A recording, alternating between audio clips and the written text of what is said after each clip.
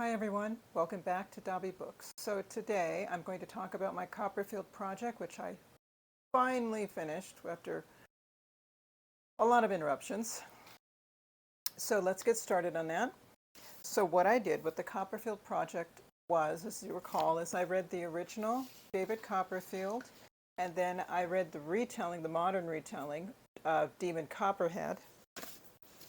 And then in addition to that, I read children's versions of David Copperfield, the retellings, including a graphic novel. So first, let me cover David Copperfield. For those of you who haven't read it, you have your main characters. You have David Copperfield, who begins his life very happily living with his mother, who became a widow while she was still pregnant with David. And his mother's name was Clara, and she had a housekeeper by the name of Peggotty. And Peggotty was like a nanny for both of them, really. She was a good friend to David's mother, looked after her, and Peggotty loved David very much, like her own child. And then eventually, when David is, I can't even remember now. I think he was 4 or 5, or no, older than that. His mother remarries, and the man she marries, Mr. Murdstone, is a schmuck. He is abusive physically and verbally to David. He is a manipulative, controlling person to David's mother, and eventually David gets sent away. And I think, that situation with the stepfather that's not a good guy, and a good-hearted mother who wants so much to please, and you have kids who really end up getting that yucky end of the stick in those situations, how heartbreaking it must be for them. And I was thinking of that as David was going through the abusive situation with his stepfather, and then Mr. Murdstone has his sister move in with them, and she takes over the whole household. And how lonely it must have been for David. I really suffered for that little guy. He was so lonely. But I imagine his mother felt lonely as well, but she was a woman who believed she was powerless to change anything. And then eventually David goes off to a boarding school, which is a miserable place to be. He makes a few friends. The key friends that will come back later in his life are Tommy Traddles and Steerforth. Steerforth being older than the other boys, David worships the ground he walks on because he just seems so in control and so confident and knows how to get what he wants. But he overlooks the faults of Steerforth, which he will not see for many years yet. After David is able to get out of that difficult family situation, he goes to live with his Aunt Betsy, who seemed like a very harsh, inflexible person, but she really did care very much for David, and she takes the responsibility of raising him and getting him educated. So you see David moving forward in life. One of the people that David eventually lives with just before he goes with his aunt are the Micawbers, a couple who were always very good to him, but they always had terrible struggles because they were constantly in debt. They will come up later. When David goes to stay a little while with Peggotty's family, he meets a little girl named Emily, also an orphan like him, and they just have a little crush on each other when they're little, and he always looks very affectionately upon Emily as his sister. They also, let me think. He leaves the Micawbers, he goes to live with his Aunt Betsy, and his Aunt Betsy sets him up to go live with, the Wickfields. So Mr. Wickfield is a widower. He's raising his daughter, Agnes, and they're good. It's a good home he lives in. He gets his education. He has a sense of place and permanence, and he and Agnes grow up together because she also doesn't have a mother. So they're able to connect in a certain way, and it really helps them through their growing up years. David eventually meets a young girl by the name of Dora, whom he falls head over heels in love with, but it's not the best match. She's a good person, but it's not the best match.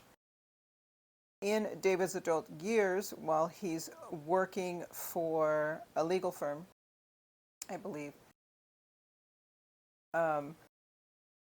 he reconnects with his childhood friend Tommy Traddles from the orphanage, and they stay connected, and he also bumps into Steerforth again.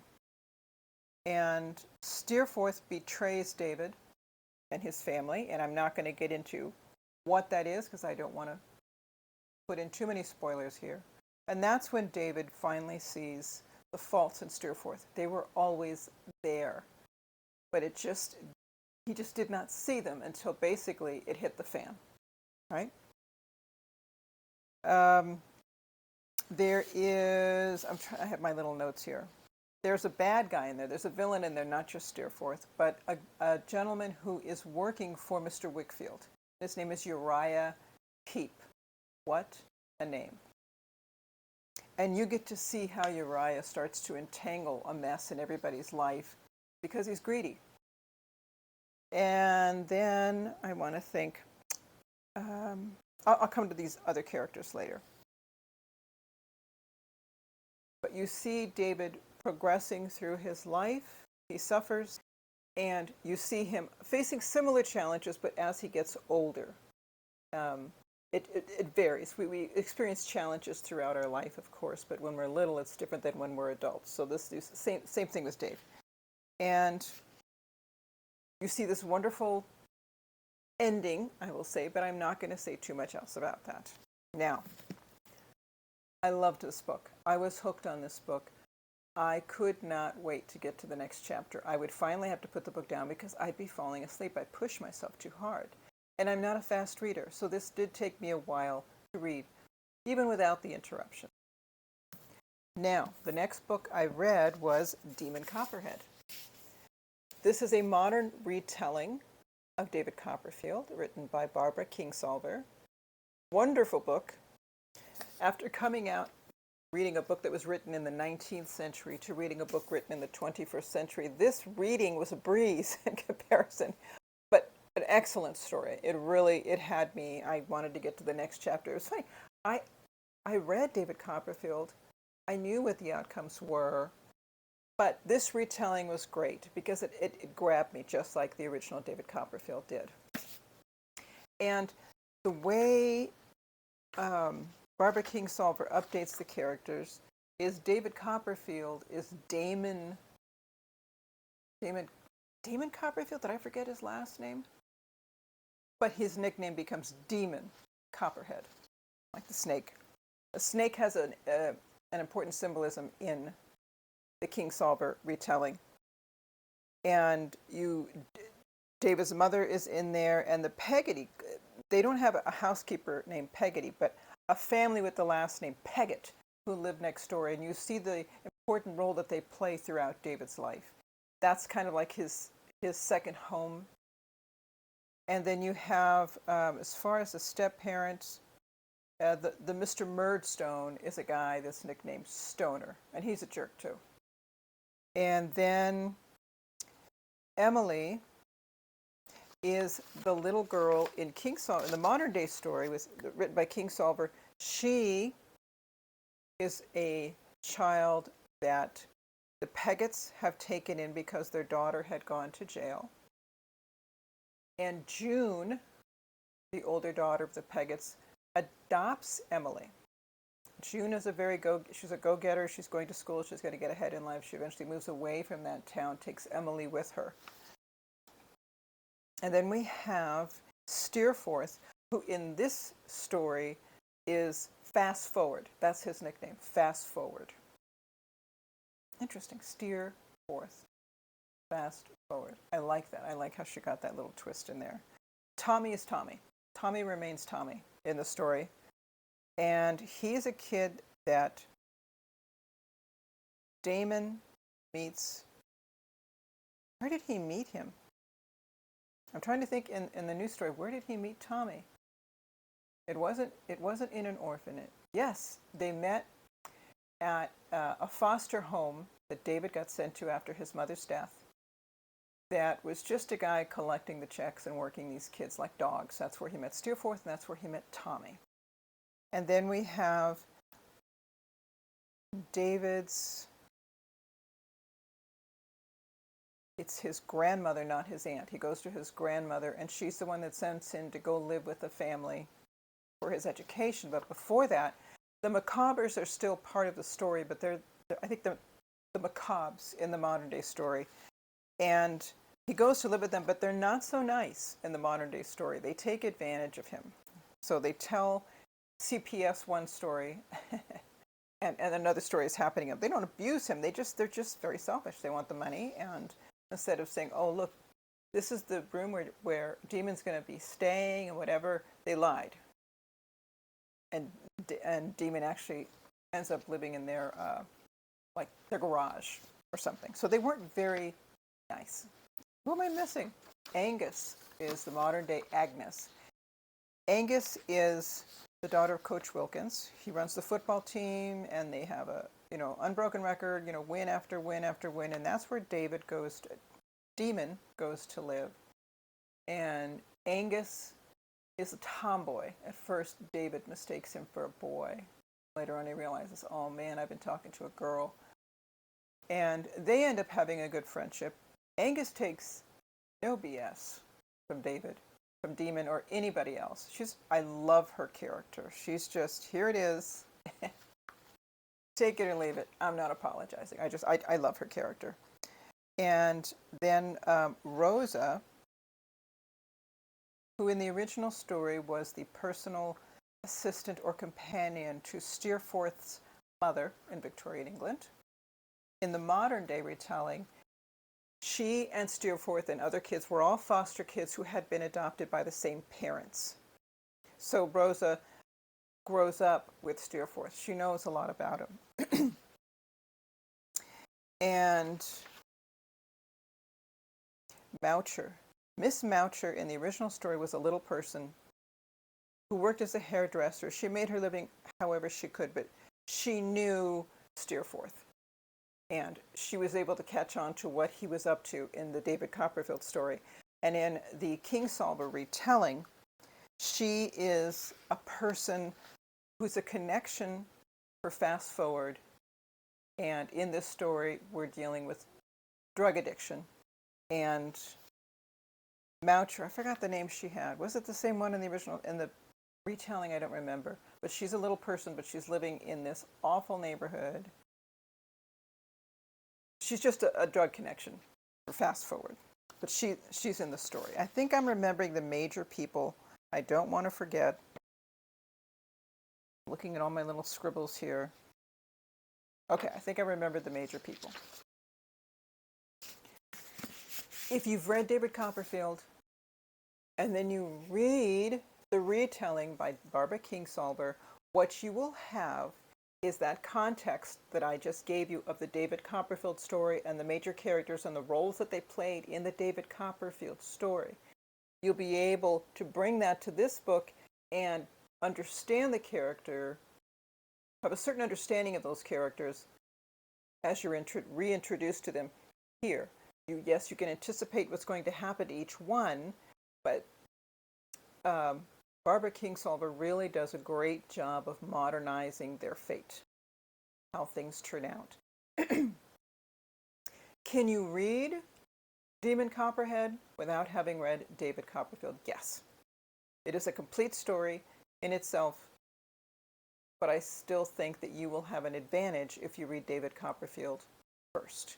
In the retelling, basically you're dealing with a family that lives in Lee County, Virginia. I want to keep saying Kentucky. And they are what most people would look at and label as poor white trash. And they are the victims of the opioid crisis that happened in the United States. And if you've done any research on that, it's going to be familiar to you. I am very familiar with that scenario. And they touch, June is the one that is up on this. They talk about how the company that was producing this drug were very specific as to where they would promote them. and it was in places that had low income and at the highest rate being on welfare and any other social services. It had to do with their Medicaid and what the Medicaid would cover. And Lee County being one of those counties that filled in all the bubbles, all the check marks, yep. And they end up having this terrible opioid crisis in the area. So this story, this is Barbara Kingsolver writing a story around a real life event based on an English classic. Interesting. Very good story. We'll have you hooked. You want to get to that next chapter, and then you want to get to that next chapter. And I have to tell you, because when you think of people who are, they didn't have the opportunity to get the best education, and you have generations of communities and families within that communities, we develop a way of speaking. And the way that Demon talks and narrates his story here is so funny. It's a tragic story, but it's so funny because Demon's expressions, and he uses very colorful language at times. Oh my gosh, he drops some F-bombs. It's got bad language. But the way it's put, I was laughing throughout the entire story. It's funny. I think you'll enjoy the story very much. I'm glad I read it. So yeah, these two, this is an excellent story. I think everyone should read it. And this is a great bonus. I enjoyed it tremendously. And no, you don't have to read David Copperfield before you read Demon Copperhead. But I think you should. Now let's go to the children's versions. This is the smallest. This would be for, I would say, I would consider this more of a read aloud. And of course, when you see how small this is compared to the original story, you know that there's some information left out. And what the authors of this retelling do is they tell you, yes, we did leave some things out because we had to shorten the story for you. And they go and they list the characters that they left out of the story, and they give you a little background on each one of those characters, the role they played in the original story. I thought that was very neat. And what they also do is they provide you some resources to turn to, books and websites that talk a little bit more about Victorian England and Charles Dickens and the Dickens Museum as well. I thought that was really neat. Then it goes into some discussion questions at the end. Now, I think for younger children, these discussion questions probably aren't going to be at their level. I think when you're dealing with kids, even up to fourth grade, I'd say, because when you think of their reading skills, and it's still, you're hoping that by third grade they're reading to learn at that point, but not everybody is. I think the better questions for this version of the story is to simply have them narrate what you just read to them. What happened here? And what did so-and-so do? And then what happened next? Things like that. That's what you're going to get young children to do at that age. But it does provide some other questions that on your own, based on your own discretion, knowing your children and what they know, you can continue on with the further questions that this book offers, such as what characters interest you the most and why. That's simple enough. Plus other ones. What qualities can you find in the characters of David and Aunt Betsy? Some kids might have to think about that a little bit more. It goes into themes. So when you read this story here, what do you think Charles Dickens is saying about families or about education? I think those are questions that are a little higher up on the level. And it goes into questions regarding style, such as, can you find paragraphs containing examples of the following? Descriptions of setting and atmosphere. I don't know. I think these questions are a little up there. I don't know. I think that's something that would be like 5th grade, 6th grade it seems not, but I just don't see first through fourth grade really catching on to those details yet. They have to learn to be able to tell you something back, what they heard in chronological order. That's, you got to get their thoughts happening in that way. And the final thing it goes through is symbols. So in the story, what do you think the symbols of the sea mean in David Copperfield? How about angels? Those are higher questions that I wouldn't really bother with. But I do want to point out that in this series, which is called the Real Reads series based in the UK, they have the other editions of Charles Dickens as well. Bleak House, A Christmas Carol, Great Expectations, Hard Times, and Oliver Twist. Very nice little book, nice and thin. Again, this would be more of a read aloud. The other young person's version was from Great Illustrated Classics. These also come in paperback. This told more of the story, but I think it did leave out, if I remember correctly, in the original David Copperfield story, when David and Martha are headed up to Martha's apartment in London because Emily is hiding out there, Rosa Darth, who is the companion of Mrs. Steerforth, gets there ahead of them. And she really lays into Emily. She just is angry at Emily, and you find out why. I'm not going to spoil it for you, but you find out why Rosa is so angry at Emily. They didn't put that in here because it's really more of a grown-up kind of topic, but they did include so much more of the story.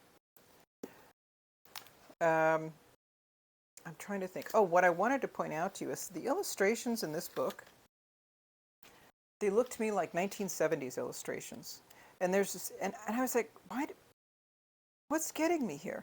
And there's this one scene where Agnes and David are at the foot of the stairs, and the drawing shows David in what looks to me like very 70s clothing. And David's wearing what looks like bell bottoms, a thick belt, kind of looks like he's wearing a vest, but he's wearing this button-down shirt with the wide cuffs and collar and like cool 70s boots. Look at this. His clothes looks so 70s. I know that's a boo-boo. They couldn't have possibly put it in there and try to pull it off as Victorian attire for young men. I tried to find something similar to this in like they didn't wear those types of shirts, so I think that was a boo-boo, but it kind of made me laugh when I read this book. This, if you have an older child, 5th grade and up, who wants to read this on their own, but they're not quite ready for the original story, this would be a good start for them. This would definitely be a good start for them. And last but not least, the graphic novel. Look how Uriah Heep is portrayed. You could tell they don't like him very much. This graphic novel is actually geared towards an adult audience. They include everything. They don't leave out any of the characters. They include all of the scenarios from the original story. The only thing that disappoints me is that it's in black and white. I think it would have been nicer if they had it in color. I like color. I mean, look at the cover. It would have been, I mean, something like that would have been great. Maybe there is one in color, and I just didn't happen to get it. This particular publisher, what's it called? Stickers. Read Zone. Read Zone Books Limited. Looks like it's also based in the UK. They also have done a graphic novel on, let's see, A Christmas Carol, Oliver Twist, and Great Expectations. Again, if you have an older elementary student, very much into graphic novels, whatever, have them start with this. They can always read the original in high school. What if you're an adult and classics kind of freak you out and you're not really sure you want to start with the original story? Then you have two options. You can read the graphic novel. This will give you the whole story. Or you can read a slightly shorter version from this. This is not just for kids. This is for people who want to read the story in a way that they can, at a level that they're comfortable with. And not everybody's comfortable with the original versions, especially when you're dealing with classics. Not everybody is comfortable with that yet. It can take time. This will cover it. You've got the general story. Now you can attack the original story. And it's easier. It's not so bumpy. It's not so slow. I know for some of us, when we were reading the classics the first time, the language gets us because 19th century English is different from 21st century English. But the classics are still good because they enrich our mind. You know, I think they make us better readers and stronger readers because of that. That's it, everyone. I've covered it all. I've yacked long enough. Thank you for your patience with the Copperfield project. It's still summer, so enjoy the rest of your summer. Stay cool. If you liked what you read and you saw, push that like and subscribe button. If I've forgotten anything or if you have any questions, mention that in the comments and I will answer you. Thanks again, guys. Take care.